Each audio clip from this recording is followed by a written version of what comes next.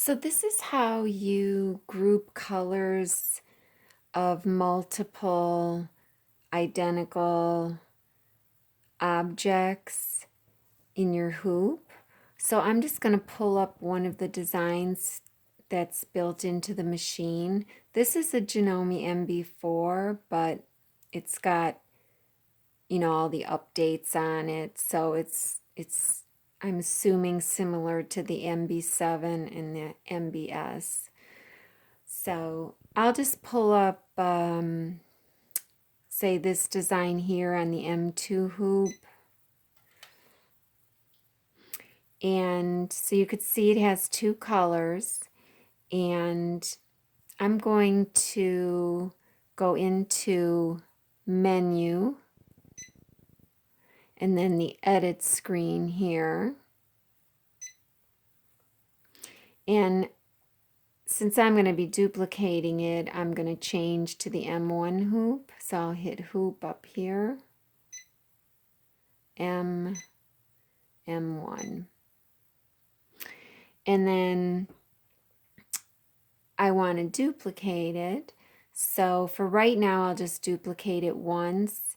And the duplicate icon is on this second page. So it's right here.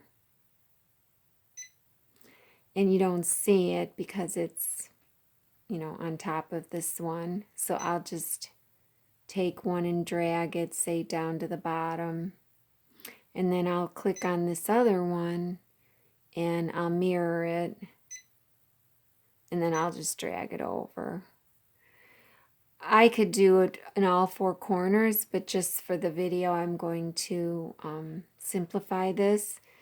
Now, I'm not going to group the colors right now. I just want to hit OK so I can show you how this would stitch out if we did not group the colors. So I'll hit OK. And you'll see that it's going to stitch out, inefficiently. So it'll stitch out the blonde first on one of them.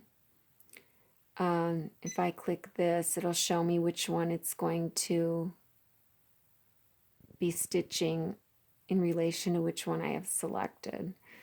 So anyways, so it's going to stitch that one first, that color blonde. Then let's go to the next color. Then it's going to stitch out the sunflower on the same object, and then it's going to come over and stitch the blonde on the second object, and then of course then the sunflower on the second object. So if you don't want that, if you wanted to stitch all the blonde first and then all the sunflower second so that you only have two color changes, this is what you do. So I'm just going to select this so that they're all selected. I'm not sure if you need to do that. I haven't quite researched that yet, but I'll just click it so that they're all selected. And I'll go back to menu now. So I'm going to group my colors and then edit. So here's my edit screen. So I'm on page 1. I'll click the arrow. Here's page 2 where we did our duplicating and our mirroring. And I'll hit it again. And on page 3 is where the group thread color icon is. So all you have to do is hit the circle next to it, and I don't think you have to do anything. I'm not sure, because if you click here, nothing happens. But But you can see the little icon up here is showing that we are in this group thread color mode, so to speak. Because, you know, none of these buttons work. None of them. You know, you don't want to X out. So the only button really that works is to hit OK. I think we're just saying OK to using the color grouping mode on this design, on this entire design. So we'll hit OK.